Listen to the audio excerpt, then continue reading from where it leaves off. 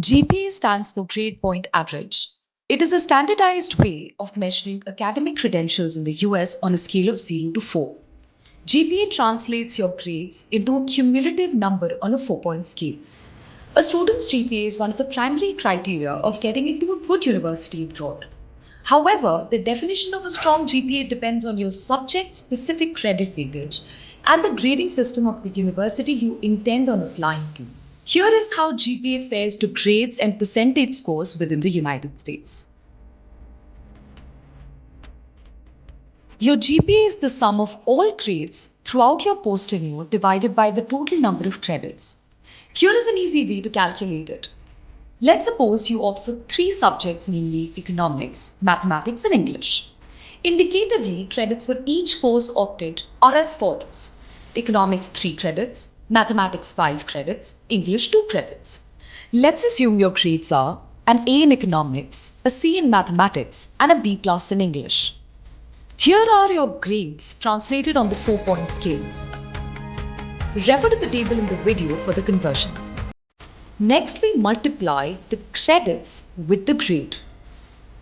Your GPA is the sum of the column credits into grade divided by the total number of credits. 28.6 divided by 10 is 2.86, which is your GPA.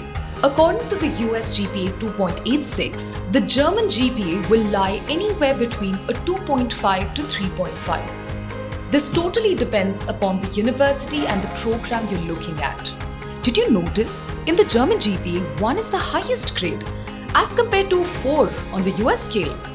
As we calculated before, your GPA on the US 4-point scale was a 2.86. Your indicative equivalent on the universal 10-point scale will lie anywhere between 6.5 to 7.9. Again, depending on the university and the program of choice. Germany uses a 5-point scale.